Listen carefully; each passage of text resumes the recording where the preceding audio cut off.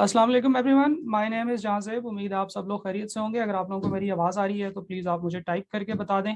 आज हम लोग बात करेंगे, ये आप लोगों को नज़र भी आ रहा होगा, चार्टर्ड अकाउंटेंसी के हवाले से। जो लोग इस वक्त एफएससी के एग्ज़ाम्स दे चुके हैं या जो अभी इस वक्त एमडी कैट की तैयारी कर रहे हैं, एफएससी के वो स्टूडेंट्स जो सीए शुरू करना चाहते हैं या सीए के बारे में नॉलेज लेना चाहते हैं। प्रॉब्लम ये होती है कि आप डिफरेंट लोगों से जब रिस्पॉन्सेज लेते हैं तो हर बंदा अपने माइंडसेट के हिसाब से बताता है। बल्कि आजकल तो आपने देखा होगा कि टीवी पे भी कुछ ड्रामे आना शुरू हो गए हैं।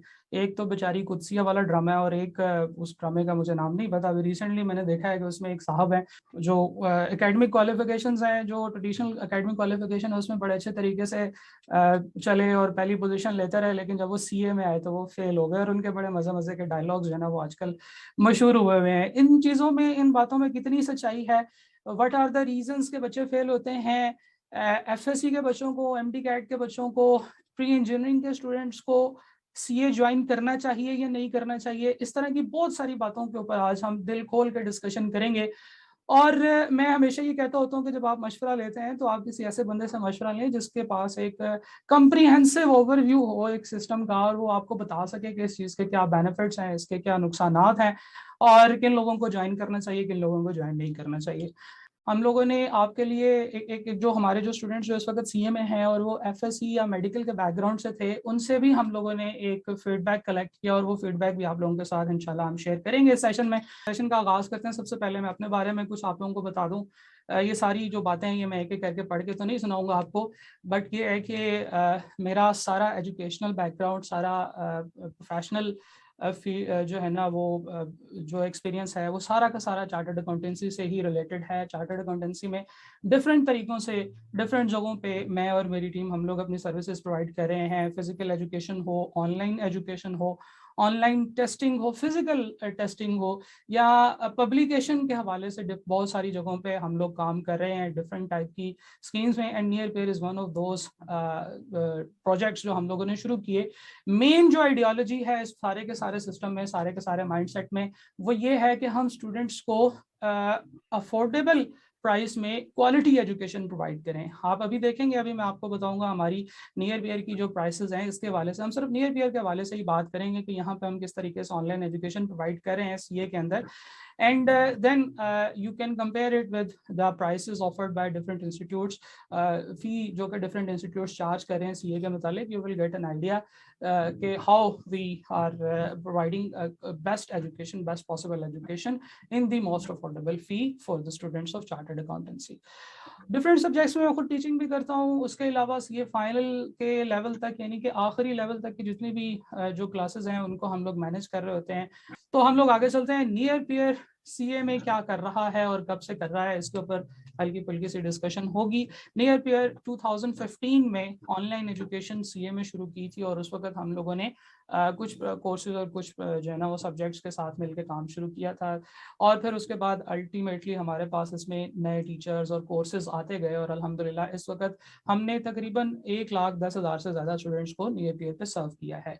ये नंबर जो है, this is a true number that can be confirm from the NearPeer website. आप नियर पियर की वेबसाइट पे जाएं, वहाँ पे आपको ये नंबर नजर आएगा। तकरीबन 26 के करीब टीचर्स हैं जो हमारे इस प्लेटफॉर्म पे हैं और अभी तक हम लोगों ने डिफरेंट टाइप के जो कोर्सेज हैं, the course counting is up to 94, I believe 94 हमारे कोर्सेज हैं इस वक्त हम लोगों ने नियर पियर पे डिफरेंट सब्जेक्ट्स के डिफरेंट टीचर से प्रोवाइड किया हुआ है। तो अगर हम इन सारे नंबर्स को ज़हन में रखें तो NearPeer is the biggest educational platform for CA in Pakistan, not in Pakistan, not just in Pakistan, ये all over the world, क्योंकि ऑनलाइन एजुकेशन की तो कोई बाउंड्रीज नहीं है, ये बात हमें पता है। तो हम लोगों ने तकरीबन 6 साल से इसके ऊपर काम कर रहे हैं नियर पेयर के ऊपर, और हमारे 26 के करीब डिफरेंट टाइप के टीचर्स जो किसी एक इंस्टीट्यूट से या किसी एक सिटी से जिनका ताल्लुक नहीं है, all over the Pakistan, Lahore के टीचर्स हैं, इस्लामाबाद के टीचर हैं, कराची के टीचर हैं, बड़े मेजर एरियाज़ के बड़े बड़े इंस्टीट्यूट्स के मशहूर टीचर्स जो है ना वो हमारे साथ इस वक्त यहाँ पे मौजूद हैं और इस पोर्टल पे एक्टिवली एजुकेशन प्रोवाइड कर रहे हैं। हम AFC, CAP, CFAP सारे लेवल्स पे crash courses, regular courses, full courses, ये सारे कोर्सेज प्रोवाइड करते हैं। ठीक है, जिसके अलावा नियर पियर ने रिसेंटली एक जो काम शुरू किया, that is skills development course. और इसके अलावा टेस्टिंग की तरफ अगर हम बात करें तो कैफ में तकरीबन 45,000 प्लस टेस्ट हैं जो अभी तक हम लोगों ने ऑनलाइन एडमिनिस्टर किए हैं। इसके अलावा 60,000 प्लस MCQ बेस्ड टेस्ट हैं जो कि हमारे पोर्टल्स पे अभी तक दिए गए हैं। यानी कि कहने का मतलब है कि इस नियर पीयर पे CA is not new, CA was the very first product जो कि हमने नियर पीयर पे लॉन्च की। ऑफिशियल टर्म्स में समझ लें या प्रोफेशनल फॉर्मल टर्म्स में समझ लें, और इसके बाद हम लोगों ने इसमें एक बड़ा अच्छा जो है ना वो एक्सपीरियंस हासिल किया, बड़ा अच्छा सिस्टम डेवलप किया, जो भी मैं इंशाल्लाह आपके साथ शेयर करूंगा। वी आर टॉकिंग अबाउट कि नियर पीयर ने CA में क्या किया है, और मैंने आपको बताया कि near peer is the biggest educational platform for CA इन पाकिस्तान। हम लोग आगे चलते हैं जी, बात करते हैं institute of chartered accountants of Pakistan के हवाले से, क्योंकि डेफिनेटली आपको पता है नियर पीयर क्या है। मेरी भी तारीफें सुनने तो आप नहीं आए होंगे, आप CA के बारे में जानने आए हैं कि CA क्या है। तो जनाब, CA को समझने के लिए आपको institute of chartered accountants of Pakistan ICAP को समझना पड़ेगा। जैसे मेडिकल के अंदर PMC होता है और इंजीनियरिंग के अंदर पाकिस्तान इंजीनियरिंग काउंसिल PEC होता है। दीज आर द बॉडीज जो कि हमारे मुल्क में ये जो प्रोफेशन है इसको रेगुलेट करने के लिए बनाई गई हैं। ये सारी बॉडीज जो हैं ये इस प्रोफेशन को रेगुलेट करती हैं, ये एग्जामिनेशन लेती हैं। जैसे PMC या PEC जो है ये एग्जाम्स लेते हैं और बच्चों को जो उनको डिग्रीज असाइन करते हैं, उनको अपनी मेंबरशिप देते हैं, उनको लाइसेंसेस देते हैं। सिमिलरली चार्टर्ड अकाउंटेंट्स इस प्रोफेशन को जो इदारा रेगुलेट करता है, that institute is called institute of chartered accountants of Pakistan. ये बड़ा इंपॉर्टेंट इंस्टीट्यूट है जी। 1961 में ये सिस्टम डेवलप हुआ था और इसका मकसद ये था कि हम लोग इस पूरे मुल्क में, पाकिस्तान में जो फाइनेंस का प्रोफेशन है इसको रेगुलेट किया जाए। अब फाइनेंस का प्रोफेशन एक बड़ा ही इंपॉर्टेंट प्रोफेशन है क्योंकि इससे आपके जो है ना वो इकोनॉमी की डायरेक्शन सेट होती है। कैश का इनफ्लो, कैश का आउटफ्लो, सिर्फ कैश नहीं, इसके अलावा बहुत सारी चीज़ें होती हैं। We need planning, we need taxation, we need relations with different countries के, हम लोगों को क्या एक्सपोर्ट करना है, क्या इंपोर्ट करना है, so on and so fourth. जो बड़े इकोनॉमिकल डिसीजंस होते हैं, इकोनॉमी से रिलेटेड जो डिसीजंस होते हैं, वो उनको रेगुलेट करने के लिए इंस्टीट्यूट बनाया गया। ये जो इंस्टीट्यूट था ये जैसे ही बना, इसके बाद इसने अपने पूरे मुल्क के अंदर जो इकोनॉमी है, जो अकाउंटेंसी है, उसको रेगुलेट करने के लिए काम शुरू किया। हमने बहुत सारे डिफरेंट टाइप के और डिफरेंट स्किल सेट के लोगों को हायर किया।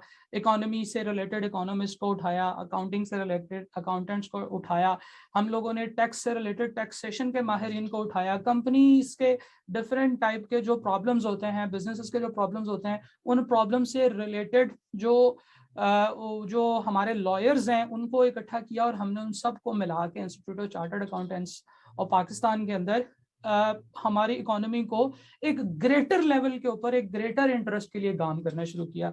सो टू से कि आप ये कह सकते हैं कि जो institute of chartered accountants of Pakistan है, ये किसी मुल्क की इकोनॉमी का डॉक्टर होता है। किसी मुल्क की जो तरक्की होती है, किसी मुल्क की GDP जो होती है, किसी मुल्क की जो प्रोग्रेस परफॉर्मेंस होती है, ये उसका इंजीनियर होता है। ठीक है, तो यू कैन अंडरस्टैंड कि जनाब हम लोग एक बड़े पर्सपेक्टिव पे चले गए हैं। एक मुल्क की तरक्की, उसके लोगों की तरक्की, उसकी खुशहाली के लिए जो लोग काम कर रहे होते हैं, जो लोग इस तरह की चीज़ों को देख रहे होते हैं, इस तरह के प्रोफेशन को रेगुलेट कर रहे होते हैं, they are working under the institute of chartered accountants of Pakistan. ये एक रेगुलेटरी बॉडी है, ये रेगुलेट भी करती है डिफरेंट टाइप की टैक्सेशंस और डिफरेंट टाइप की परफॉर्मेंस को जो कि पाकिस्तान में होती है। तो डेफिनेटली ये आपको अंदाज़ा हो चुका है। अब देखिए, ये जो institute of chartered accountant of Pakistan है, ये बहुत हेल्प कर रहा होता है गवर्नमेंट की डिफरेंट पॉलिसी मेकिंग्स में। जैसे फॉर एग्जांपल जो स्टेट बैंक ऑफ पाकिस्तान है, आपने देखा कि ये डिफरेंट टाइप की पॉलिसीज दे रहे होते हैं। स्टेट बैंक ऑफ पाकिस्तान के अंदर जो उनकी पॉलिसी मेकिंग के डिसीजंस होते हैं वो चार्टर्ड अकाउंटेंट्स ले रहे होते हैं। They have the skill set, they have the abilities, they have the experience to give a comprehensive response to the issues that we are currently facing in our economy. State bank of Pakistan के साथ हम लोग जो है ना वो in collaboration with state bank चलते हैं। स्टेट बैंक को गाइड किया जाता है। Federal board of revenue FBR आप लोगों ने सुना होगा। FBR is the revenue board जो कि पाकिस्तान के अंदर किसी भी काम के लिए, मुल्क को चलाने के लिए जो रेवेन्यू वगैरह इकट्ठा होता है वो FBR कलेक्ट करता है। और FBR की पॉलिसीज, टैक्सेशन, ये सारी की सारी चीज़ें जो है ना ये चार्टर्ड अकाउंटेंट्स मिलकर बना रहे होते हैं। ठीक है, आपको पता है कि एक एक मिनिस्टर होता है, आपको पता है मिनिस्टर नोज नथिंग, उसके पीछे जो उसकी टीम होती है जो उसको सारे काम करके दे रही होती है, that team includes chartered accountants जो कि इस लेवल के ऊपर भी काम कर रहे होते हैं। And yes, these are the things जो कि हम आपको सिखाते हैं इसमें। SECP securities exchange commission of Pakistan, securities and exchange commission of Pakistan, ये पाकिस्तान में एक ऐसा इदारा है जो ICAP ने जो है ना वो मिलकर बनाया है। ये पाकिस्तान के अंदर डिफरेंट कंपनीज या जो डिफरेंट बिजनेसेस चल रहे होते हैं उनकी रेगुलेटरी बॉडी है। ठीक है जी, तो बताने का मकसद ये है कि we are talking about maths level money science, we are talking about maths level finance engineering, right. ठीक है जी, डिफरेंट टाइप के इंस्टीट्यूट्स के साथ ICAP की रिकग्निशन है, ICAP उनका मेंबर है, यानी कि हमारा ये जो institute of chartered accountants of Pakistan है ये इंटरनेशनली रिकग्नाइज्ड इंस्टीट्यूट है। और यहाँ पे जो इसके मेंबर्स हैं उनको पूरी दुनिया में बड़ी इज्जत की निगाह से देखा जाता है। अब ये डिफरेंट टाइप के नाम है, मैं सारे पढ़ के तो आपको नहीं सुनाऊंगा, यू कैन सी, और इनमें से आप किसी भी एक बॉडी को इंटरनेट पर सर्च करके देखें, ये ऐसी इंटरनेशनल बॉडीज हैं जो बड़ी प्रेस्टिजियस बॉडीज हैं और इनको बड़ी इज्जत की निगाह से, बड़ी एहतराम की निगाह से देखा जाता है। और ICAP institute of chartered accountant of Pakistan इन तमाम बॉडीज का मेंबर भी है और बड़ा ऑनरेबल मेंबर, राइट। हम लोग आगे बात करते हैं कि जी डिफरेंट टाइप की जो है ना वो जब हमें पता चला कि जी हम इतनी जगहों पे काम करेंगे institute chartered accountant of Pakistan वाले, तो फिर उनको कुछ ऐसे लोग चाहिए थे, कुछ ऐसे काम करने वाले बंदे चाहिए थे जो कि उस लेगेसी को कंटिन्यू कर सकें, उस चीज़ को कंटिन्यू कर सकें जो कि institute of chartered accountant of Pakistan जो है ना वो ऑफर करता है। तो उस चीज़ को ट्रेन करने के लिए they have offered a degree which is called chartered accountancy, CA is the qualification जिसको करने के बाद आप वो तमाम कर सकते हैं जो आप ऊपर कर रहे हैं। चार्टर्ड अकाउंटेंट्स जो हैं वो हर जगह पे उनकी सर्विसेज जो है ना जहाँ पे फाइनेंस इन्वॉल्व है, अभी आपने देखा होगा रिसेंटली पाकिस्तान के ऊपर एक बड़ा प्रॉब्लम चल रहा था FATF का, फाइनेंशियल एक्शन टास्क फोर्स। ये जो FATF है इसके ऊपर ICAP ने गवर्नमेंट ऑफ पाकिस्तान की बहुत हेल्प की और इनको बहुत सारे रूल्स एंड रेगुलेशंस बना के दिए। डिफरेंट कंपनीज के ऊपर जो अप्लाई होने वाला कंपनीज एक्ट 2017 में जब आया, there were a lot of chartered accountants जो कि उस रूल को, उस लॉज को बनाने में इन्वॉल्व थे। तो एक बड़ा होलिस्टिक पिक्चर मैंने आपके सामने शेयर की कि institute of chartered accountants of Pakistan क्या है, ये हमारे मुल्क में क्या क्या कर रहा है, कहाँ कहाँ पे हेल्प कर रहा है गवर्नमेंट की, कहाँ कहाँ पे इकोनॉमी को ठीक करने की कोशिश कर रहे हैं, anti money laundering, terror financing और इस तरह की बहुत सारी चीज़ों के ऊपर जो है ना वो इस वक्त ICAP काम कर रहा है, institute chartered accountants of Pakistan काम कर रहे हैं। किनकी मदद से? अपने स्टूडेंट्स की मदद से, क्योंकि उनके स्टूडेंट्स जो हैं दे आर द पर्सन जो कि प्रॉपरली क्वालिफाइड हैं, एक्सपीरियंस्ड हैं और वो ये काम कर सकते हैं। So this was the introduction of institute of chartered accountants of Pakistan. मैंने कोशिश किया कि चीज़ों को इतना सिंपल रखा जाए ताकि वो लोग जो कि अभी ICAP को नहीं जानते हैं, नहीं समझते हैं, उनको पता चले। तो जनाब ICAP एक जो क्वालिफिकेशन ऑफर करता है that is called chartered accountancy CA, और जो इस क्वालिफिकेशन के जो होल्डर्स होते हैं उनको हम CA ACA चार्टर्ड अकाउंटेंट्स कहते हैं। और ACA जो है वो अपनी प्रैक्टिस के 5 साल के बाद FCA भी हो जाता है। तो FCA हो या ACA हो, ये चार्टर्ड अकाउंटेंट्स को ही रिप्रेजेंट कर रहे होते हैं। ठीक है जी, अब हम बात करते हैं जनाब कि CA क्यों ज्वाइन करना चाहिए। वैसे तो आपको अंदाजा हो गया कि एक बड़ी कंप्रीहेंसिव और ओपन फील्ड है, लेकिन मैं इस क्वालिफिकेशन के कुछ बेसिक फीचर्स आपके साथ शेयर करना चाहता हूं ताकि आपको अंदाजा हो कि why should we join the chartered accountancy. ठीक है जी, नंबर 1 एम्प्लॉयमेंट। चार्टर्ड अकाउंटेंसी के अंदर 100% एम्प्लॉयमेंट होती है। ये प्रूवन फैक्ट्स हैं, दीज आर स्टेटेड फिगर्स कि चार्टर्ड अकाउंटेंसी के अंदर we have 100% employment rate. You will not see a chartered accountant जो कि जॉब नहीं कर रहा, जिसके पास जॉब नहीं है। हाँ, ये जरूर हो सकता है कि उसने अपनी मर्जी से जॉब छोड़ दी हो, उसने कहा कि यार मेरे पास इतने पैसे इकट्ठे हो गए कि अब मुझे जॉब करने की जरूरत नहीं है, तो वो उसको जो है ना वो खुद से रजाकाराना तौर पे जो है ना वो अनएम्प्लॉयड बन जाए। और तो फिर ऐसे लोगों की हम लोग बात नहीं कर रहे, but if you want to do work you will find work, there is no doubt about that. A huge paying potential, यहाँ पे जो लोग जॉब कर रहे हैं वो अपनी किस ऑर्गेनाइजेशन में काम कर रहे हैं और कितना काम कर रहे हैं, किस पोजीशन पे काम कर रहे हैं, इसकी वजह से जो है ना वो they can be earning around at least 150K per month, at least 150K per month जो कंप्लीट चार्टर्ड अकाउंटेंट होते हैं। इससे कम पे मैंने किसी चार्टर्ड अकाउंटेंट को आज नहीं देखा। जो कि इससे कम पे काम कर रहा हो। ठीक है, अगेन ये चीज़ें डिपेंड करती हैं आप कौन सी ऑर्गेनाइजेशन में काम कर रहे हैं, कितना काम कर रहे हैं, और वो ऑर्गेनाइजेशन की पेइंग कैपेसिटी क्या है, आप किस पोजीशन पे काम कर रहे हैं, क्योंकि आप मल्टीपल पोजीशंस पे मल्टीपल लेवल्स पे काम कर सकते हैं और उसकी पेइंग कैपेसिटी कितनी है। बट पोटेंशियल इस फील्ड में इतना है, इस क्वालिफिकेशन में इतना है कि you can earn A handsome amount, right. Okay, ठीक है। अपॉर्चुनिटी फॉर ग्रोथ की हम लोग बात करेंगे कि चार्टर्ड अकाउंटेंसी में ग्रोथ की अपॉर्चुनिटीज हैं या नहीं है। कहीं ऐसे तो नहीं होगा कि मैं सीए करके तो फिर एक ही जगह पे स्टिक रहूंगा, मैं अपनी फील्ड चेंज नहीं कर सकता, क्या मैं कोई और काम शुरू कर सकता हूँ? तो जनाब, ग्रोथ की अपॉर्चुनिटी इतनी है आपकी इस फील्ड में कि जितनी आपकी ऑर्गेनाइजेशन में जगह है।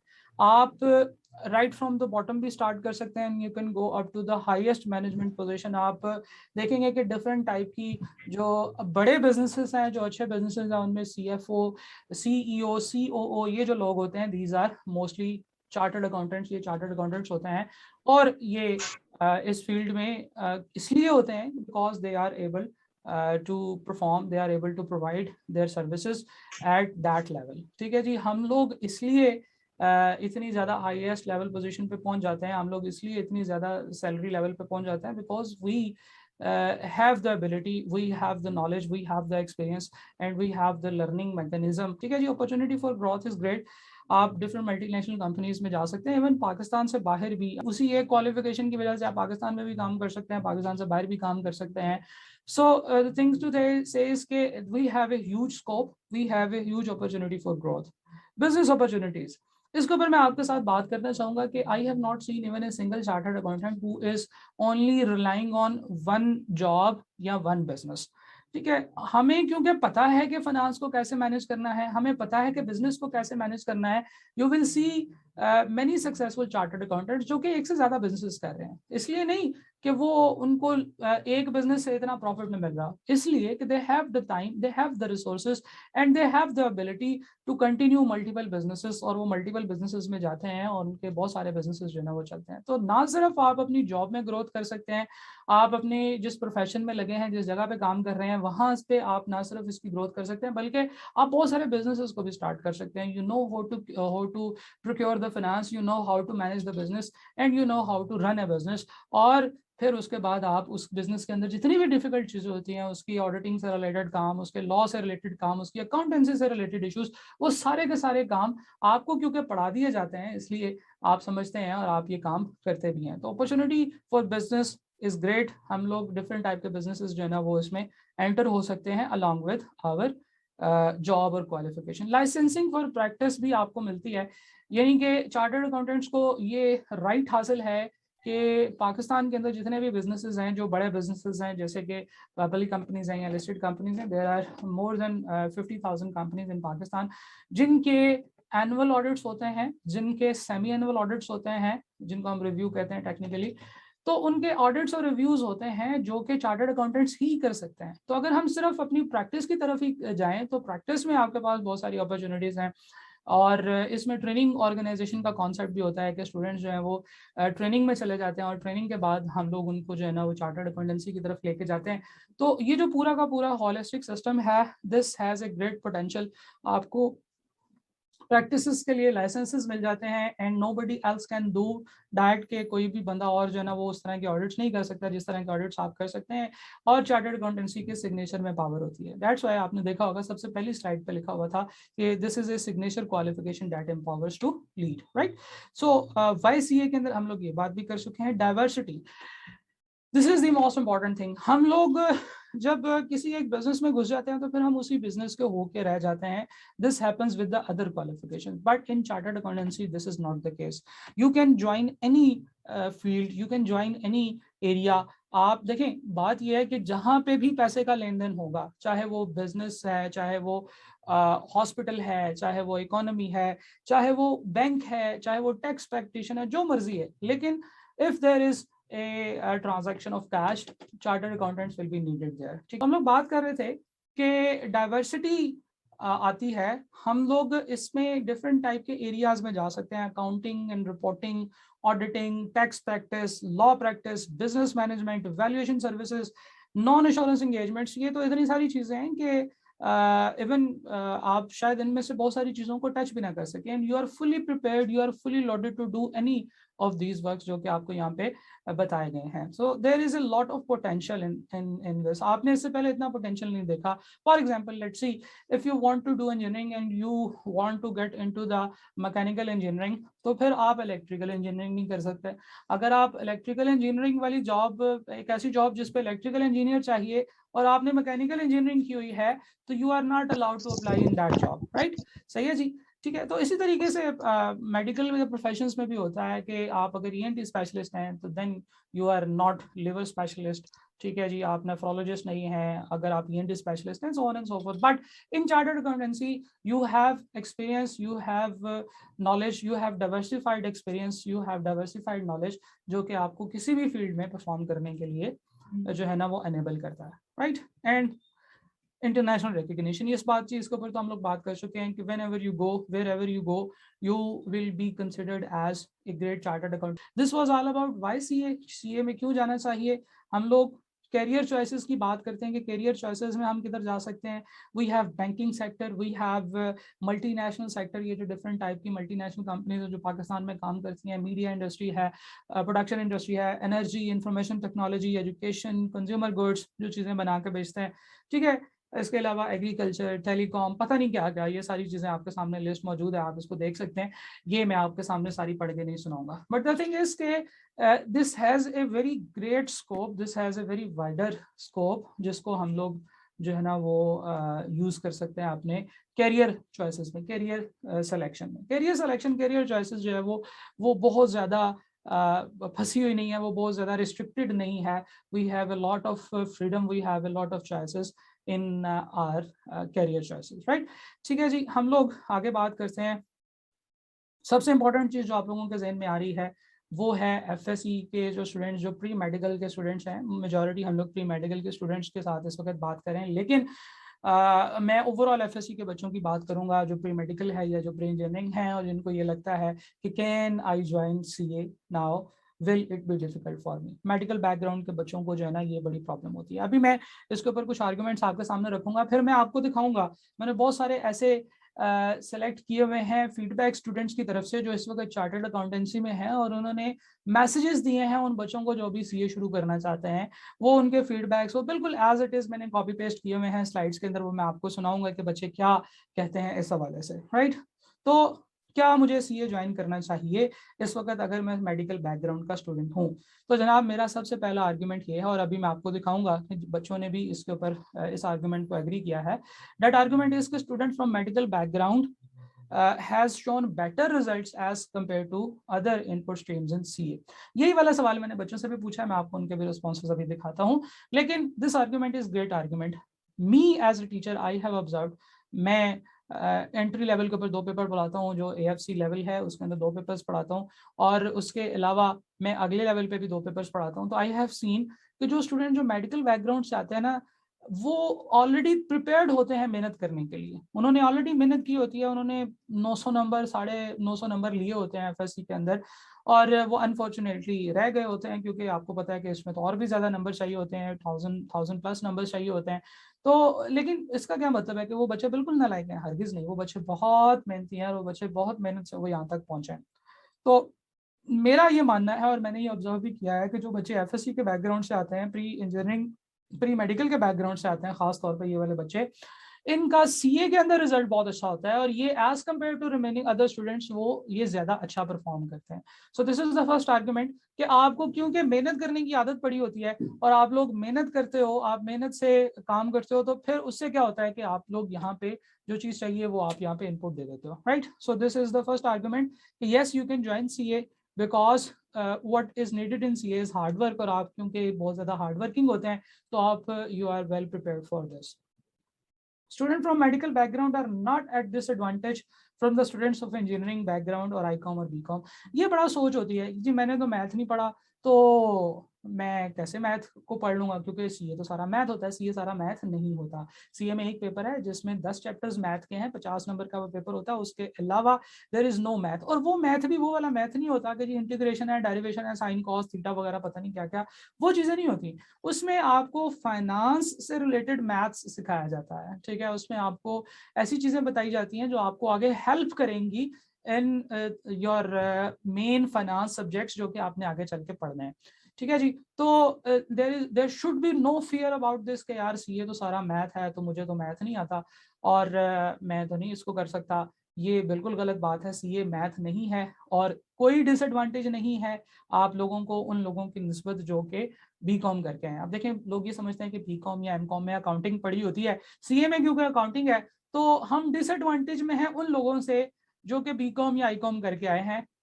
तो जनाब, एक पहली चीज तो ये है कि आपकी क्लास में जो आपका टीचर है वो हमेशा आपको ऐसे अकाउंटिंग पढ़ाता है कि जैसे आप बिल्कुल पहली दफा पढ़ रहे हैं, वो उसी स्पीड से आपको लेके चलता है। तो जनाब, वो जो उन बच्चों का एडवांटेज है वो खत्म हो जाता है। ठीक है। तो टीचर्स जो है वो हमेशा आपको इसी तरीके से पढ़ाएंगे जैसे आपने पहली दफा अकाउंटिंग पढ़नी है। और अगर उन बच्चों का कोई एडवांटेज है भी तो पहले 1 महीने के अंदर अंदर वो एडवांटेज खत्म हो जाएगा, क्योंकि उन्होंने जितनी चीजें पूरे बीकॉम में या एमकॉम में पढ़ी होती हैं उतनी चीजें हम सीए में पहले 1-2 महीनों में पढ़ लेते हैं। ठीक है। तो यस, आपको पहले 1-2 महीने शायद 1 या 2 घंटे रोजाना ज्यादा पढ़ना पड़ेगा, बट दैट्स इट। इसके अलावा देयर इज नो डिसएडवांटेज। कोई ऐसी चीज नहीं है कि जो हम कहेंगे अच्छा जी आपने क्योंकि बीकॉम में पढ़ी है तो हम आपको नहीं पढ़ाएंगे। ऐसे नहीं होगा। आपको सारी चीजें दोबारा पढ़ाई जाएंगी और इसमें पिछली प्रायर क्वालिफिकेशन का कोई जिक्र नहीं होगा। तो आप जनाब देखें कि आपको पता है कि जो आईकॉम बीकॉम वाले बच्चे होते हैं उनकी जरा मेहनत करने की उतनी आदत नहीं बनी होती, और जब दोनों को एक जैसा कंटेंट पढ़ाया जाएगा, और आईकॉम बीकॉम में कुछ चीजें गलत भी पढ़ाई जाती हैं, ठीक है, वो वहाँ की हमारी लोकल अकाउंटिंग की रिक्वायरमेंट्स होती है, हम लोग इंटरनेशनल लेवल की अकाउंटिंग पढ़ते हैं। तो जनाब ये चीज हो गई। स्टूडेंट फ्रॉम मेडिकल बैकग्राउंड जो है they are not at disadvantage. अगली चीज, एंट्री रूट्स इजी हैं। ऐसे नहीं है कि वो बच्चे जिनके 1000 से ज्यादा नंबर है सिर्फ वो सीए स्टार्ट कर सकते हैं। इतनी अच्छी qualification with this much great scope, anyone can join if he is getting a reasonable percentage of numbers, right. आप 60% से ऊपर के हैं तो आप बहुत इजीली ज्वाइन कर सकते हैं। इवन 50% से ऊपर वाले बच्चे भी ज्वाइन कर सकते हैं, but we don't suggest them कि यार क्यों अपनी लाइफ को बर्बाद कर रहे हैं। तुमने जितनी मेहनत करनी है वो हमें पता चल गया है कि अगर तुमने अच्छी मेहनत करनी होती तो तुम पहले भी अच्छी मेहनत कर लेते। तो 50 से ऊपर वाले बच्चों को हम इतना नहीं सजेस्ट करते कि आप आए, लेकिन you can, if you are motivated तो आप ज्वाइन कर सकते हैं, there is no issue with that. लेकिन जो असल जो जिन बच्चों के लिए ये सीए वगैरह बना है या जो इसमें अच्छा काम प्रोपेल करते हैं, जो इसमें इनको पास करते हैं, ये वही लोग होते हैं जो कि फॉर एग्जांपल 80% 90% मार्क्स इन्होंने हासिल किए होते हैं। They become very good chartered accountant, और वो बहुत जल्दी चार्टर्ड अकाउंटेंट्स बन जाते हैं। तो जनाब 50% से ऊपर वाले लोग इसमें एंटर हो सकते हैं। There is no limit on number of seats, there is no issue with that. आप इसको बहुत इजीली ज्वाइन कर सकते हैं, और सिर्फ एक चीज चाहिए, हार्ड वर्किंग। आप देखिएगा अभी जब मैं बच्चों के रिस्पॉन्सेज आपके साथ शेयर करूंगा तो आपके जो सीनियर एफएससी के प्री मेडिकल के बच्चे हैं उन्होंने भी, जो आप सीए कर रहे हैं, उन्होंने भी आपके लिए जो मैसेजेस छोड़े हैं उसमें उन्होंने यही बात की।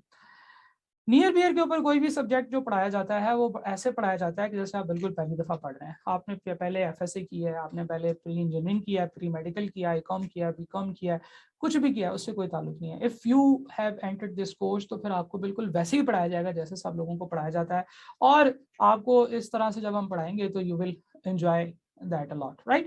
So this was the response from my side कि जनाब can I join CA now? Yes, if you are an MD-CAT student, if you are and pre medical background student, तो आप लाजमी तौर पे ज्वाइन करें इस फील्ड को, क्योंकि ये वाली फील्ड जो है इसमें जिस तरह के लोग चाहिए, you are that kind of person. आप मेहनती हैं, आपने मेहनत की है, आपने 900+ मार्क्स हासिल किए हैं, आप एक अच्छी फील्ड चूज करना चाहते हैं, एक अच्छे लेवल पे लोगों को सर्व करना चाहते हैं। No doubt in medical field you are serving the message, no doubt in engineering field you are serving, लेकिन ये है कि this is another very good qualification जिसमें कि आप लोगों को सर्व कर रहे होते हैं।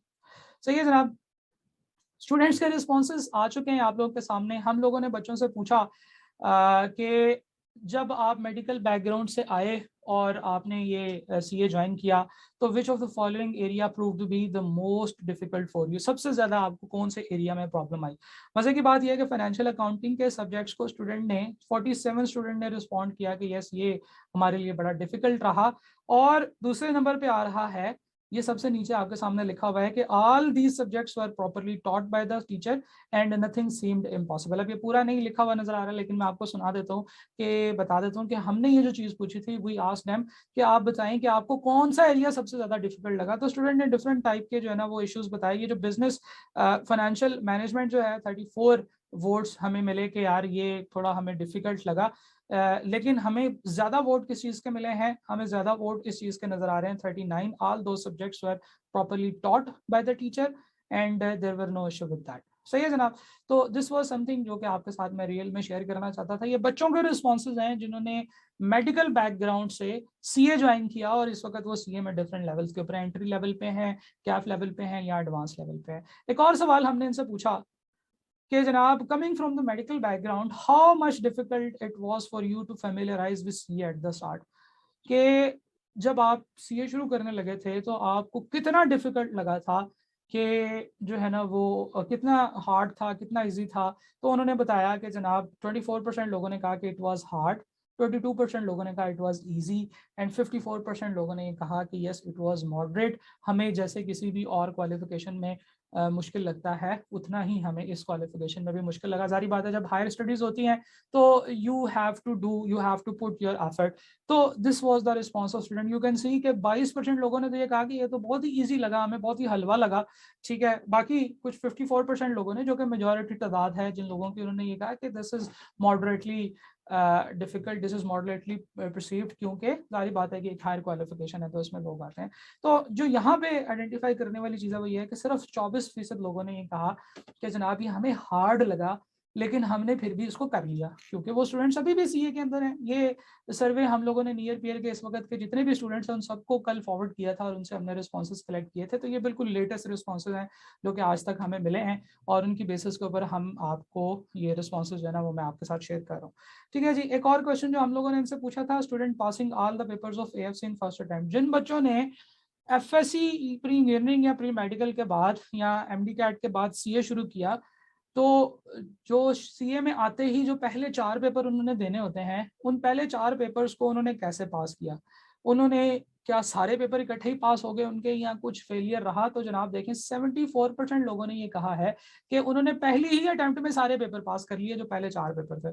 तो वो जो ड्रामे में उसका डायलॉग है कि जी यहाँ पे 3-4 दफा बंदा फेल हो जाता है और फिर उसके बाद दोबारा मेहनत करने की हिम्मत नहीं रहती, या वो जो अभी कौन बनेगा करोड़पति में भी एक चार्टर्ड अकाउंटेंट लेके वो घूम रहे हैं, जो ये कहता है कि जी इसमें ना बाद में आदत हो जाती है, और there is an every May after November और एवरी नवंबर आफ्टर मई, मतलब इस तरह की जो डायलॉग हैं वो तो आपने सुने ही होंगे। तो कहने का मतलब ये है कि this is not the case. Medical से जिन बच्चों ने ज्वाइन किया, historically speaking proper true facts and figures आप लोगों के सामने है कि उन्होंने बताया कि जनाब तकरीबन 74% स्टूडेंट्स ने ये कहा कि जनाब हमने जितने भी पेपर दिए थे पहली दफ़ा में वो हमारे पास हो गए थे। उसके बाद तो फिर जारी बात है कि आपका एक कॉन्सेप्ट डेवलप हो जाता है, आपके पेपर पास हो जाते हैं, फिर तो आप सीए के हो जाते हैं। लेकिन प्रॉब्लम कहाँ पे है? जब आप सीए में एंटर हो रहे हैं तो उस वक्त कितने इश्यूज हैं? उस वक्त ये इतने लोगों को इश्यूज आए, 26% लोगों को, किसी का एक पेपर फेल हुआ होगा, किसी के 2 पेपर फेल हुए होंगे। और नॉर्मली इसमें जो सबसे बड़ी प्रॉब्लम आती है वो आती है क्यूएम के अंदर। क्यूएमटी क्वांटिटेटिव मेथड का एक पेपर है, मैथ और स्टैट के 2 पोर्शंस होते हैं उसमें। I am the teacher of that subject as well. तो उस सब्जेक्ट में बच्चों को थोड़ी सी दिक्कत आती है, लेकिन क्योंकि उसको बड़ी मेहनत से पढ़ाया जाता है, मैं कोशिश करता हूँ कि बच्चे के प्रायर एक्सपीरियंस का कहीं पे भी जिक्र ना हो और उसको हर चीज़ बिल्कुल जीरो से पढ़ाई जाए। तो जनाब उस सब्जेक्ट में नॉर्मली बच्चों को फेलियर का सामना करना पड़ता है। लेकिन मैंने जो अगला सवाल इसमें डिजाइन किया था उससे देखकर मुझे बड़ी खुशी हुई और वो सवाल आप लोगों के सामने अभी आने लगा है।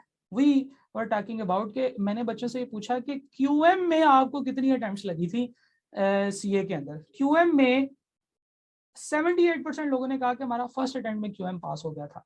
अच्छा, 21% लोगों ने कहा कि हमारा सेकंड अटेम्प्ट में क्यूएम पास हुआ था, और 1% लोगों ने कहा कि हमारी 3 या 3 से ज़्यादा अटेम्प्ट लगी थी। वैसे तो 3 ही है, 3 से ज़्यादा अटेम्प्ट वाला कोई भी नहीं है। तो जनाब 78% लोगों ने ये कहा कि उनका पहली ही अटेम्प्ट में पेपर पास हो गया था। अब इसका क्या मतलब है? अगर हम ओवरऑल क्यूएम का रिजल्ट देखें ना, तो हमारा जो ओवरऑल क्यूएम का रिजल्ट आता है वो आता है 67%। ठीक है, जो आई कैप का ओवरऑल टोटल रिजल्ट होता है। ठीक है, मैं आपको डराने के लिए नहीं कह रहा, मैं आपको मोटिवेट करने के लिए बता रहा हूँ कि जो बच्चे पेपर देते हैं उसमें से तकरीबन 55 से लेकर 65 के दरमियान में जो है ना वो इसका रिजल्ट रहता है आई कैप का। ठीक है जी, अब इसका ये मतलब है कि ओवरऑल आई कैप का जो जनरल रिजल्ट है वो है 55 से लेकर 65 तक। और एफएससी के बच्चों का रिजल्ट कितना है जनाब? एफएससी के बच्चों का रिजल्ट है 78%, जो प्री मेडिकल के बैकग्राउंड के बच्चे हैं। तो इसका ये मतलब है कि प्री मेडिकल के बैकग्राउंड के बच्चे क्यूएम के सब्जेक्ट में बाकी लोगों से अच्छा परफॉर्म करते हैं। बाकी लोग कौन से हैं? वो जो मेडिकल के बैकग्राउंड से आए हैं, जो एफएससी के बैकग्राउंड बाकी लोग वो हैं जो इंजीनियरिंग के बैकग्राउंड से आए हैं, या जो किसी और बैकग्राउंड से आए हैं, आईकॉम, आईसीएस वगैरह, बीकॉम वगैरह से। तो हम लोग जो मेडिकल के बैकग्राउंड के स्टूडेंट्स हैं वो क्यूएम में ज्यादा अच्छा परफॉर्म करते हैं। सही है। तो this was a very good start जो कि मुझे मिल गए हैं being a teacher of QM. मैं तो ये स्टार्ट हर जगह आप शेयर किया करूंगा। तो जनाब एक या दो और स्लाइड्स हैं, फिर उसके बाद आप लोगों के क्वेश्चंस लेते हैं। सैफुर रहमान, आप अपना जो है ना वो कैमरा ऑफ कर दें। अच्छा जी, बच्चों से मैंने पूछा, how strongly do you think that CA is the good alternative for the students who are unfortunately unable to start the career in medical field. ठीक है, इसके ऊपर बच्चों के ना रिस्पॉन्सेज, जो रिटर्न रिस्पॉन्सेज है वो भी बड़े मजे के हैं, वो भी मैं अभी आपके साथ शेयर करूंगा। क्या ये एक गुड अल्टरनेटिव है सीए मेडिकल का? क्या एमडी कैट के बाद आपको अगर कहीं पर एडमिशन नहीं मिला तो क्या आपको चाहिए कि आप सीए ज्वाइन कर लें? तो जनाब उसके ऊपर कुछ बच्चों ने जो रिस्पॉन्सेज दिए, 61% लोगों ने कहा कि ये बेस्ट चॉइस है। ठीक है, ये वैसे खुद मैं भी हैरान हुआ ये रिस्पॉन्स देख के। मेरा ख्याल था कि थोड़े कम लोग होंगे जो कहेंगे ये बेस्ट चॉइस है, लेकिन इतने सारे लोगों ने ये कहा कि CA is the best alternative of MD CAT या मेडिकल फील्ड। ठीक है जी, ये सारे के सारे ट्रू रिस्पॉन्सेज हैं। इसमें से कोई भी चीज़ जो है ना वो हमने कोई भी फिगर फाइज नहीं किया है। अगर आप लोगों को वो फीडबैक फॉर्म जो गूगल का बना हुआ है उसका लिंक चाहिए तो वो भी मैं आपको दे दूंगा। You can go there and you can confirm it by yourself कि इसमें क्या क्या रिस्पॉन्सेज आए हैं। 12% लोगों ने ये कहा बहरहाल कि ये बैड चॉइस है। ठीक है, आपको पता है कि हर जगह पे कुछ अच्छे लोग भी होते हैं, कुछ लोगों को ये समझ आ जाती है, कुछ लोगों को ये समझ नहीं भी आती। जैसे फॉर एग्जांपल मेरे पास एक स्टूडेंट था, वो बड़ा अच्छा स्टूडेंट था, उसने क्यूएम में बड़े अच्छे मार्क्स लेता होता था, लेकिन उसकी फिरकी वही पड़ी हुई थी कि यार मैंने तो जाना वो मेडिकल फील्ड में जाना, मैंने डॉक्टर ही बनना है। हुआ ये है कि उसने अच्छी तैयारी की, पेपर भी तैयार करता रहा, मेरे से गाइडेंस भी लेता रहा कि सर मैं आप क्या करूं, आप क्या करूं। और मुझे नज़र आया कि वो छोड़ने के लिए तैयार नहीं है। वो कहता है कि जो मर्जी हो जाए, मैंने एमडी कैट की फील्ड में, मेडिकल की फील्ड में ही जाना है। तो फिर मैंने उसे गाइड किया, मैंने कहा ठीक है आप ऐसे कर लें, ऐसे कर लें, ये वाले पेपर्स दे लें, एमडी कैट की भी तैयारी कर लें। अगर वो पास हो गया तो उधर चले जाइएगा, अगर वो पास ना हुआ तो फिर यहाँ पे भी आप थोड़ा सा आगे प्रोग्रेस कर चुके होंगे सीए के अंदर। अल्टीमेटली अगले साल, एक साल के बाद उसका मुझे मैसेज आया कि सर मैं अपने इलाके में फलां कॉलेज में मेरा एडमिशन हो गया है मेडिकल में, और सर मैं ज़रूर आऊँगा आपके पास और आपको जो है ना वो केक खिलाऊंगा या कुछ, मतलब। तो he was a very good student. और लेकिन क्योंकि उसने मतलब कहा हुआ था कि मैंने करना ही करना, और वो शायद 1-2 नंबर से ही रह गया था, तो उसने कर लिया। तो इस तरह के लोग भी होते हैं जो कि यहाँ पे आके जिनका दिल नहीं लगता, जिन बच्चों का दिल नहीं लगता सीए में, या जो सिर्फ बस वैसे ही मेरे जैसे किसी बंदे की प्रेजेंटेशन सुन के सीए शुरू कर लेते हैं, उनके लिए भी एक मैसेज है जो कि अभी मैं आप लोगों के साथ शेयर करूंगा। तो 12% लोगों ने बहरहाल कहा कि ये बैड चॉइस है, लेकिन 27% लोगों ने कहा कि this is an appropriate choice. तो कहने का मतलब ये है कि 88% स्टूडेंट्स जिन्होंने मेडिकल के बाद अनफॉर्चुनेटली जब वो मेडिकल में कहीं एडमिशन नहीं ले सके, उन्होंने सीए ज्वाइन किया, so they are very happy with their choice. कुछ लोगों ने तो बेस्ट कहा, कुछ लोगों ने कहा कि this is a very appropriate choice, right. अच्छा जी, ये वाली बात आपके साथ डिस्कस हो चुकी है। ये मैंने बच्चों से भी पूछा, how much do you agree with the following statement. और स्टेटमेंट क्या है कि student from medical background has shown better results compare to the student joining CA from other streams. इसके ऊपर बात कर चुके हैं, मैंने आपका पर्सनल एक्सपीरियंस शेयर भी किया था, और आप देखें कि हाईएस्ट परसेंटेज स्टूडेंट्स के अंदर भी वो है जो इस चीज़ से एग्री करते हैं। ठीक है, 37% लोग वो हैं जो कहते हैं नहीं सर इसका कोई ताल्लुक नहीं है, बच्चे की मेहनत है, बच्चा मेहनत करेगा तो अच्छा रिस्पॉन्स करेगा, चाहे वो मेडिकल के बैकग्राउंड से, चाहे वो एफएससी के बैकग्राउंड से है। और सिर्फ 14% लोगों ने इस चीज से डिसएग्री किया। कहने का मतलब ये है कि इफ वी से 86% पीपल एग्रीड टू दिस, जो कि मैंने आपसे बात की है। तो बड़ा मुझे ये अच्छा लगा जब हम लोगों ने ये वाले रिस्पॉन्सेस कलेक्ट किए। This was a very good response. और हम लोगों ने स्टूडेंट्स को कहा कि यार आपने अपने दिल पे हाथ रख के सच्ची बात करनी है, ताकि जो लोग अभी सीए शुरू करना चाहते हैं उनको करेक्ट और सही मशवरा दिया जा सके। ठीक है जी। अच्छा, अब आ रहे हैं आगे बच्चों के रिटर्न रिस्पॉन्सेज। हमने बच्चों से पूछा कि what suggestion will you give to your junior medical students who wants to join CA. Please be serious and considerate to the current situation of these students and try to give honest opinion. ठीक है, मैंने बच्चों को कहा कि यार खुदा के वास्ते गलत बात नहीं करनी, मजाक नहीं उड़ाना। इस वक्त बच्चे बड़ी टेंस सिचुएशन में हैं, वो ये सोच रहे हैं कि अब हम क्या करें, तो उनको जो है ना ये कुछ आप गाइड करें। तो ये इस वक्त उन बच्चों के कुछ रिस्पॉन्सेज हैं, कुछ सेलेक्टेड रिस्पॉन्सेज हैं। मुझे तकरीबन 98 लोगों ने रिस्पॉन्स दिया उस फीडबैक के ऊपर, ये उनमें से कुछ सेलेक्टेड रिस्पॉन्सेज है।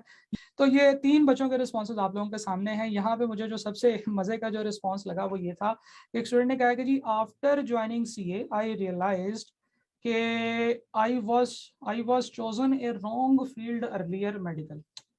ठीक है, अब मैं ये तो नहीं कहूँगा कि ये सारे लोगों के लिए है, मेडिकल फील्ड गलत होती है, लेकिन ये है कि उसको ये चीज़ इतनी ज़्यादा रेजोनेट करती हुई नजर आई अपने पर्सनालिटी के साथ कि उसने कहा कि यार पहले मैं गलत फील्ड में था, अब मैं सही फील्ड में हूँ।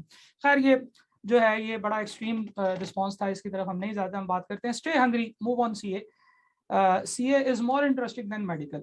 Okay, I have been gone through from all of that. Even I find it more easy. ये कोई CA फाइनल का बच्चा जो आखिरी लेवल पर पहुंचा हुआ है उसका रिस्पॉन्स है। नाम हम लोगों ने रिमूव कर दिए हैं, लेकिन हम लोगों ने किसी भी बच्चे का कोई भी रिस्पॉन्स चेंज नहीं किया। एक बच्चे का एक रिस्पॉन्स हमने चेंज किया था, उसके अंदर उसने एक कॉलेज का नाम लिया हुआ था कि इस कॉलेज में मैं गया तो मेरा ये एक्सपीरियंस रहा, और वो क्योंकि एक बुरा एक्सपीरियंस की बात कर रहा था तो इसलिए फिर हमने उसका नाम रिमूव कर दिया है। बाकी ये सारे के सारे बिल्कुल आपके सामने अलग अलग बच्चों के कमेंट्स हैं। उसने कहा जी ये इजी है, I think it's just a fiction of so many student that CA is very difficult. Fiction का वर्ड उसने यूज किया जी। अच्छा, complicated and impossible to pass in one attempt. रुकने वाले तो फिर इंटर में 4 साल लगा देते हैं, तो क्या इस डर से कि तुम मैट्रिक के बाद इंटर में भी नहीं जाओगे? हाँ जी ठीक है जी, बच्चे तो इंटर यानी कि एफएससी में फेल हो जाते हैं। तो आपके सवाल लूंगा जनाब मैं, मुझे ज़रा प्रेजेंट कर लेने दें, चीज़ें सारी आप लोगों के साथ शेयर कर लेने दें, ज़रा इसको देखें, इसको सुनें। ये वो उन लोगों के रिस्पॉन्सेज हैं जो बच्चों ने जो मेडिकल के बाद सीए ज्वाइन किया तो वो कैसा समझते हैं इस फील्ड को। I would like to tell newcomers from medical background, CA has nothing to do with medical and engineering. Each and every subject of CA has its own knowledge, which is neither related to medical nor engineering. Just be unbiased and it will be easy for you, inshallah. अच्छा, ये इस बच्चे ने बड़ा मजे का response दिया, मैंने पूरा इसका रिस्पॉन्स डाला है। उसने कहा okay, from my personal opinion I think CA is very good profession and can earn handsome amount, but to achieve successful life you have to work hard because CA is slightly tough than other 4 degree programs. अब 4 degree programs की मुझे समझ नहीं आई, मेरे ख्याल से वो ये कहना चाह रहा होगा other 4-year degree programs. But besides this, only hard work is not enough, rather your parents' prayer are most important factor in CA field. Okay, if you are a medical student and thinking to join CA field, then you have to learn 2 things. 2 चीजें वो आपको बता रहा है, क्या क्या? You have to be hard worker student, ये चीज मैंने भी आपको बताई, ठीक है, तो मेरी बातें हो रही हैं, ठीक है।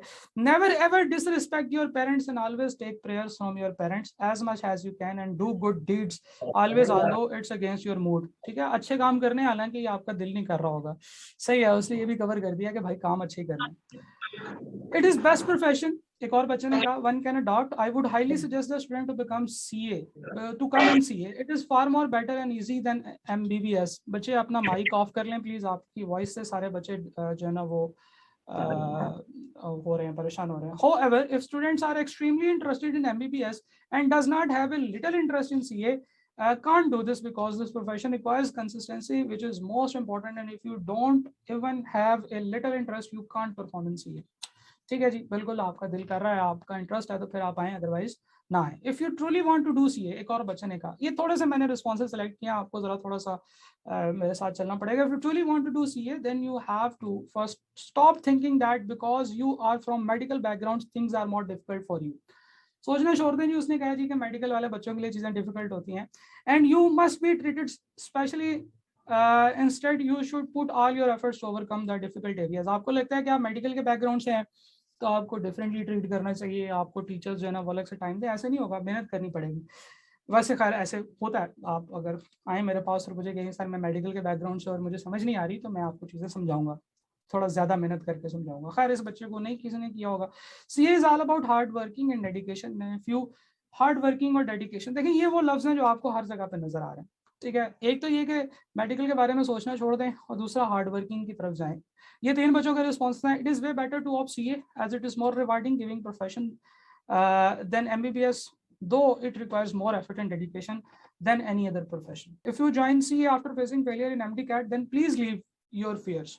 Live your fears. Depression of rejection before joining this field. बच्चों को डिप्रेशन ऑफ रिजेक्शन बहुत होता है, ठीक है जी। हाँ, यही वाला था जिसमें बच्चे ने कहा कि I have experienced it my self. तो ये काम ना करें। उसने कहा depression of rejection before joining the field because it requires hard work more than intelligence, so to come out of your depression of MCAT failure as early as possible, because with depression mindset you cannot do CA as it requires focus. I have experienced these phases myself, but alhamdulillah God has blessed me success till now. Wish you best of luck. ये आपके एक दोस्त ने, आपके senior ने ये बात बताई है। It does not matter. Okay, वापस चलता है। It does not matter whether you are pre-medical or a pre-engineering student. The things only matter in CA is your hard work and good luck. Same response जैसे बच्चे दे रहे हैं, ठीक है। इसी तरीके से बच्चे बात कर रहे हैं, मेडिकल स्टूडेंट गॉट रिजेक्टेड। ये वाला आखिरी वो मैसेज होगा, इसका खैर बाद में भी है लेकिन हम सिर्फ यही पढ़ेंगे और फिर आगे चलेंगे। इस बच्चे ने ये कहा है, AOA, I just want to say that doctor engineer is not end of the world. From day one, there is only one thing in our mind: we want to be a doctor, and after not getting enough marks in MCAT to secure admission in government medical colleges, we think we have failed. ठीक है जी। If something is not meant to be, you should not have regrets. My FSC marks were 1039. It was easy for me to get admission in any other government university in other fields like D Pharma or DPT. But in our country there is no much scope and some people don't consider them as a doctor. ठीक है, जिसने कहा जी कि हमें तो कोई doctor ही नहीं consider करता बाद में।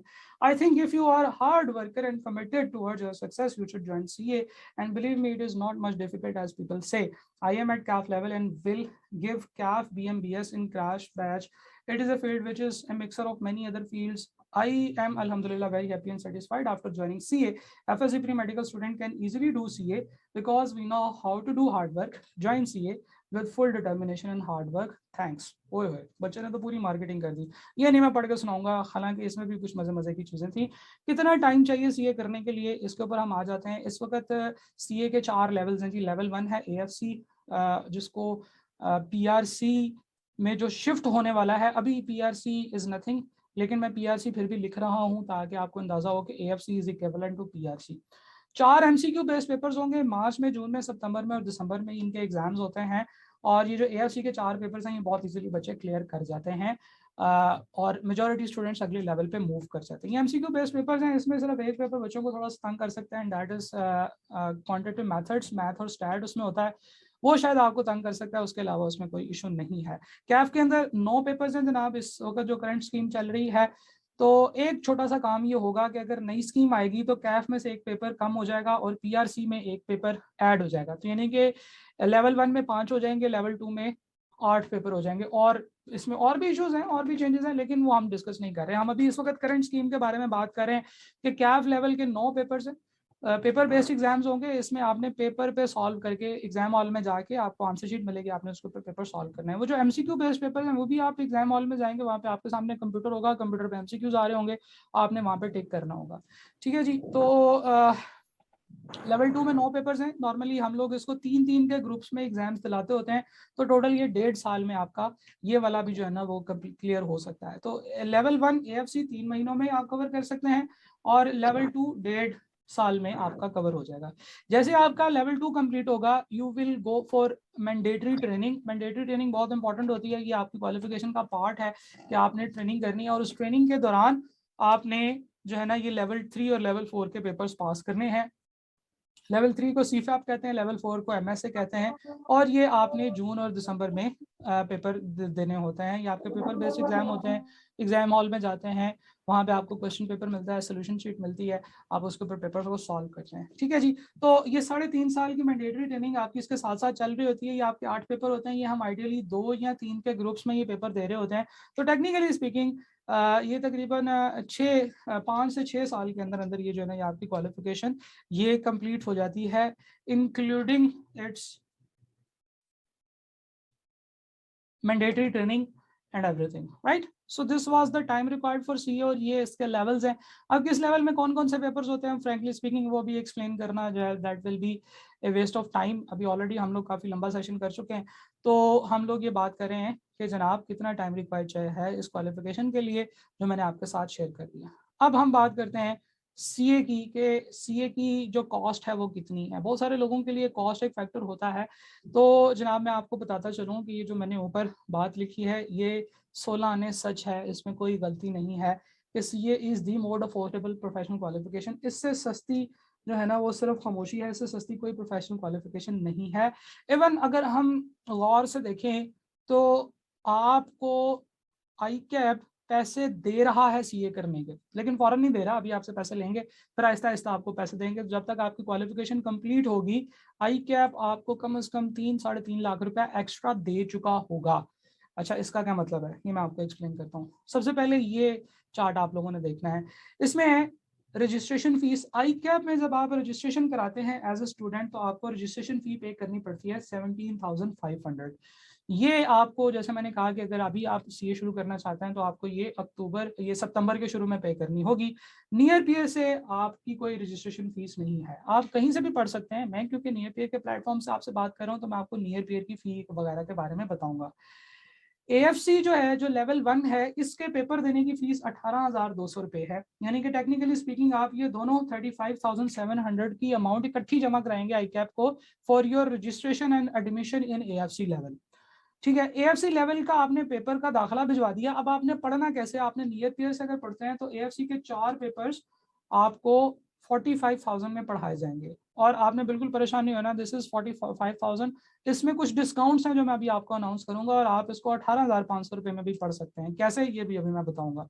अच्छा, हम बात करें कि एएफसी के अंदर कितनी फीस लगी। अब देखें, आपने नियर पीयर को एक ही दफ़ा फी पे करनी है। फर्स्ट करें कि आप अनफॉर्चुनेटली किसी पेपर में फेल हो जाते हैं तो आपको उस पेपर की 1,000 रुपये फीस एक्स्ट्रा चार्ज की जाएगी और आपको दोबारा वही वाली सारी चीज़ें जो आपने पहली दफ़ा 45,000 में ली थी वो आपको सारी मिल जाएंगी।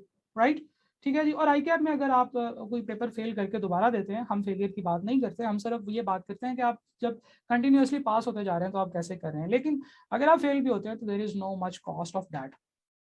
कैफ के 9 पेपर्स हैं और हर दफ़ा एग्जाम में 3 पेपर्स देने की फीस अप्रॉक्सीमेटली 15,000 होती है। तो अगर आप 3 दफ़ा 3-3 करके पेपर्स देंगे तो आपकी जो टोटल आई कैप की फीस होगी जो आपने कैफ में पे करनी है वो 45,000 है। और इन 9 पेपर्स की पढ़ने की फीस का अगर आप पूरा पैकेज लेंगे तो वो 70,000 रुपीज में आपको 9 पेपर्स पढ़ाए जाएंगे। 70,000 रुपीज में आपको 9 नहीं बल्कि 10 कोर्सेज दिए जाते हैं, 9 कोर्सेज कैफ के और एक हमारा स्किल डेवलपमेंट का कोर्स भी हम आपको इसके साथ ही दे देते हैं। तो ये सारे के सारे कोर्सेज की जो टोटल फीस है जो आपने आई कैप को पे करनी है वो 45,000 है और इनको पढ़ने की यानी कि पूरा कैफ का पैकेज आप एक ही दफा में परचेज कर सकते हैं फॉर 70,000। ठीक है जी, और इसमें भी डिस्काउंट्स हैं जो मैं अभी आपके साथ शेयर करूंगा। इसके बाद सी फैप की अगर हम बात करें तो अप्रॉक्सीमेटली आई कैप को जो फीस देते हैं वो 45,000 है और सीए के अंदर सी फैप के 6 पेपर्स का जो हायर लेवल है उसके 6 पेपर्स की फीस 60,000 है। ठीक है जी। सिमिलरली एमएसए के 2 पेपर्स की फी 35,000 है। देयर इज अनदर थिंग जो कि आपने आई कैप को हर साल जमा करानी होती है। ये छोटी सी अमाउंट होती है जिसे हम एनुअल सब्सक्रिप्शन कहते हैं, जिसमें आई कैप आपको डिफरेंट टाइप के मैसेजेस ईमेल्स करता है, आपके लिए डिफरेंट टाइप की एक्टिविटीज करता है, आपके लिए वीकली एक मैगजीन आता है, एक क्वार्टरली मैगजीन आता है। ये सारी की सारी चीज़ें आपको मिलती हैं उस एनुअल सब्सक्रिप्शन में जो कि आई कैप आपसे लेता है। इस वक्त तकरीबन 1,200 रुपये पर मंथ चल रही है, 2,000 रुपये पर ईयर चल रही है, सॉरी 2,000 रुपीज़ पर ईयर चल रही है या इसके आसपास की अमाउंट होगी। तो हमने तकरीबन 5.5-6 साल की 14,000 रुपये ये भी ऐड किए हैं। तो टोटल जो आपका सीए का पूरी जनवरी का जर्नी का 5.5-6 साल में जो इसकी कॉस्ट है दैट इज 3,80,000। और अभी इसमें मजे की बात यह है कि ये सारे पैसे आपने इकट्ठे भी नहीं देने हैं। अभी आप सबसे पहले आई कैप में फीस जमा कराएंगे, आप सीए का पेपर शुरू करेंगे और आपको सिर्फ इतनी सी फीस जमा करानी पड़ेगी। इसके बाद हर 6 महीने बाद आपका तकरीबन जो है ना वो 20-30 हज़ार रुपये का खर्चा हुआ करेगा, इससे ज्यादा नहीं होगा। ठीक है जी। So this is the most affordable fee. लेकिन आपको एक और मजे की बात बताता हूँ। आपको पता है कि जब हम लोग कैफ क्लियर कर देते हैं तो हमारी मैंडेटरी ट्रेनिंग स्टार्ट हो जाती है। अब जो ट्रेनिंग होती है वही होती है कि आप किसी चार्टर्ड अकाउंटेंट फॉर्म में जाके आर्टिकल शुरू करते हैं और आर्टिकल्स जब आप करते हैं वो 3.5 साल के आर्टिकल्स होते हैं और उन आर्टिकल्स के दौरान आपको आई कैप के मेंबर्स की तरफ से यानी कि जिस बंदे के पास आप आर्टिकल्स कर रहे हैं वहां से आपको स्कॉलरशिप मिलती है। वो किसको मिलती है? वो हर बच्चे को मिलती है, चाहे उसने जितनी मर्जी अटेम्प्ट्स में कैफ पास किया हो। जो बच्चा वहां तक पहुंच जाएगा उसको स्कॉलरशिप मिलेगी। अगर हम उस स्कॉलरशिप का एक कैलकुलेशन करें कि आपने 3.5 साल में कितनी स्कॉलरशिप वो अमाउंट रिसीव करनी है तो वो 6,70,000 रुपये बनती है जनाब। इसका यह मतलब है कि देखें हर साल उसमें थोड़ा सा इंक्रीमेंट भी है। पहले साल इस वक्त जो चल रही है 13,200 रुपये चल रही है, ये वो अमाउंट है जो आपको मिलेगी। उसके बाद दूसरे साल इसमें 10 to 15% का इंक्रीमेंट, क्योंकि हर साल ही तकरीबन लग रहा होता है, तो ये एक अंदाजन फिगर है 6,70,800 रुपये, जो आपको during your qualification he I cap के या उसके मेंबर्स की तरफ से आपको वापस मिल जाएंगे। कि जिन बच्चों के एफएससी में अच्छे मार्क्स हैं वो लोग डिस्काउंट हासिल कर सकते हैं नियर पीयर की फ़ी में। ठीक है, आई कैप की फ़ी में, जो मैंने आई कैप की फ़ी आपके साथ शेयर की, उसमें भी आपको डिस्काउंट मिल सकता है, लेकिन वो अभी मैं आज उसके ऊपर बात नहीं कर रहा। हम वो, क्योंकि वो आपको आई कैप से ही पता चलेगा। एधी टैलेंट स्कॉलरशिप है, ईदी साहब के नाम से टैलेंट स्कॉलरशिप इन्होंने अनाउंस किया है, जिसमें बच्चों को आई कैप की फीस वगैरह में एग्जाम्शन मिल जाती है। तो खैर उसके ऊपर भी अलग से बात कर लेंगे, मैं भी आपको गाइड कर दूंगा जब वो आई कैप उसके लिए एप्लीकेशन अनाउंस करेगा, तो मेरी तरफ से या नियर पीयर की तरफ से आप लोगों को अनाउंसमेंट्स आ जाएंगी। लेकिन अभी हम बात कर रहे हैं नियर पीयर आप लोगों को क्या फैसिलिटेशन दे रहा है। तो जनाब नियर पीयर ये फैसिलिटेशन आपको दे रहा है। If you guys have got 90% plus marks in your FSc, अगर आपके एफएससी में 90% प्लस मार्क्स हैं, तो you can get complete CA in 22,500। 50% discount आपको यहाँ पे मिल रहा है। सारा सीए का पूरा जो सारा जो कैफ है, एएफसी जो है, उसमें आपको पूरी के पूरे लेक्चर्स एएफसी के 4 सब्जेक्ट जो एएफसी के हैं, उसके अलावा आपको आई कैप के साथ जो भी कम्युनिकेशन आपकी है उसमें आपको गाइडेंस मिलेगी, हमारे एमसीक्यू टेस्टिंग पोर्टल की एक्सेस मिलेगी, व्हाट्सएप ग्रुप्स होंगे, लाइव सेशंस होंगे, पूरा का पूरा कोर्स आपको कंप्लीट मिलेगा, जिसमें आप पूरा कंटेंट कवर कर सकते हैं, स्केड्यूल्स मिलेंगे, टीचर के साथ इंटरेक्शन होगी, और वो 22,500 में कर सकते हैं। लेकिन एक और मजे की बात यह है कि जिन बच्चों के, जो इतने अच्छे बच्चे हैं जिनके 90% या प्लस मार्क्स हैं एफएससी के अंदर, डेफिनेटली ये वो लोग होंगे जिनकी फंक्शनल इंग्लिश एग्जाम होने वाली है। ठीक है, फंक्शनल इंग्लिश की एग्जामिशन का क्राइटेरिया मैं आपको बता देता हूँ।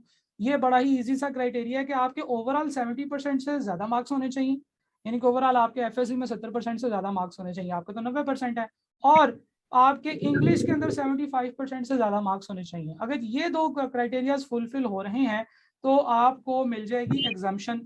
18,500 में आप ये 3 कोर्सेज का पैकेज नियर पीयर पे पढ़ सकते हैं। आपको ये अप्रॉक्सीमेटली 50% डिस्काउंट मिल जाए। तो हम लोग बात कर रहे हैं कि सीए के 5 एजुकेशनल इन्वायरमेंट के कंपोनेंट्स की, एजुकेशनल कंपोनेंट्स की, जो कि हम लोग यहाँ पे ऑफर करते हैं। नंबर 1, स्क्रिप्टेड वीडियो लेक्चर्स होते हैं जनाब। जितने भी आपको कंटेंट डिलीवर किया जाएगा वो कंप्लीट और स्टूडियो बेस्ड वीडियो लेक्चर्स की फॉर्म में किया जाएगा। जिन लोगों ने एफएससी नियर पीयर से की है, दे विल नो कि जनाब नियर पीयर के ऊपर एजुकेशनल इन्वायरमेंट या उसके वीडियो लेक्चर्स कैसे होते हैं। Then 24/7 access to the teacher via WhatsApp groups. एक डेडिकेटेड व्हाट्सएप ग्रुप्स बने हुए हैं जिनमें हम बच्चों को ऐड कर देते हैं, टीचर भी होते हैं, स्टूडेंट के जो क्वेश्चंस होते हैं वो वहाँ पे डिस्कस किए जाते हैं।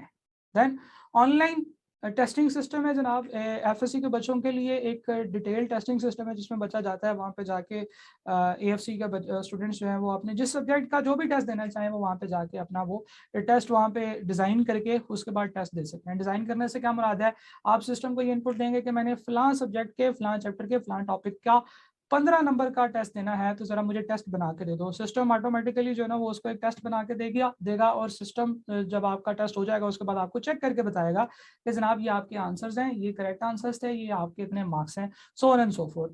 तो यानी कि एक पूरा कॉम्प्रिहेंसिव सिस्टम है जो आपका यहाँ पे चलता है। और उसके अलावा हमारे डिटेल्ड प्री डिफाइंड टेस्ट भी होते हैं, जैसे आपको अनाउंस कर दिया जाता है कि जनाब आज आप उनका चैप्टर नंबर फलां का टेस्ट है, तो वो पोर्टल के ऊपर अपलोडेड होता है, आप वहाँ से उस टेस्ट को दे सकते हैं। तो ऑनलाइन टेस्टिंग सिस्टम है जनाब, आप सारा कुछ अपने घर से बैठ के टेस्टिंग में कर सकते हैं। ठीक है, ये पीरियोडिक लाइव सेशंस होते हैं हर वीक में। जैसे खैर मैं तो क्यूएम और आईटी जब 2 सब्जेक्ट्स पढ़ाता हूँ, मैं दोनों सब्जेक्ट्स में वीक में एक दफ़ा लाइव सेशन ज़रूर करता हूँ। बच्चे आते हैं, अपने सवाल पूछते हैं, जो भी उनके इश्यूज़ होते हैं उनको डिस्कस किया जाता है। उन सेशन में मैं नया कुछ नहीं पढ़ाता, हम लोग वही जो पहले से बातें जो डिस्कस की होती है उन्हीं को डिस्कस करते हैं, जो इश्यूज होते हैं बच्चों को वो डिस्कस करते हैं। Quality assurance and facilitation desk भी है जिसमें हम लोग आपको डिफरेंट टाइप की, जो कि डिफरेंट कॉलेज की तरफ से आपको जो फैसिलिटेशंस मिलती हैं। फॉर एग्जांपल आपको ये बताया जाता है कि जनाब आई कैप में अप्लाई कब करना है, आपको आई कैप से कम्युनिकेशन कराई जाती है, आई कैप में एडमिशन आपका प्रोसेस करवाया जाता है, आपको किताबें हासिल करने में गाइडेंस दी जाती है, आपको किसी और इशू प्रॉब्लम आ रही है किसी और चीज़ में आपको एग्जामिशन के लिए गाइड किया जाता है। तो yes, there is a quality assurance and facilitation desk. अगर आपको किसी क्लास में किसी कंटेंट में कोई दिक्कत आ रही रही है, आपको कोई चीज़ समझ नहीं आ रही, आप क्वेश्चन पूछ रहे हैं, टीचर उनका रिप्लाई नहीं कर पा रहे, तो ये वाली सारी की सारी चीज़ें जो है ना डिस्कस करने के लिए we have a facilitation desk जिसमें आप अपने क्वेश्चंस पूछ सकते हैं, right. So this was all about near peer at CA, this was all about CA. अब आप लोगों के क्वेश्चंस और मेरे आंसर्स हैं, आप लोगों के जो भी क्वेश्चंस हैं आप लोग एक एक करके पूछ सकते हैं। I will be answering your questions now. अगर आपका कोई और सवाल हो तो आप इस नंबर पर व्हाट्सएप भी कर सकते हैं जो यहाँ पे दिया हुआ है।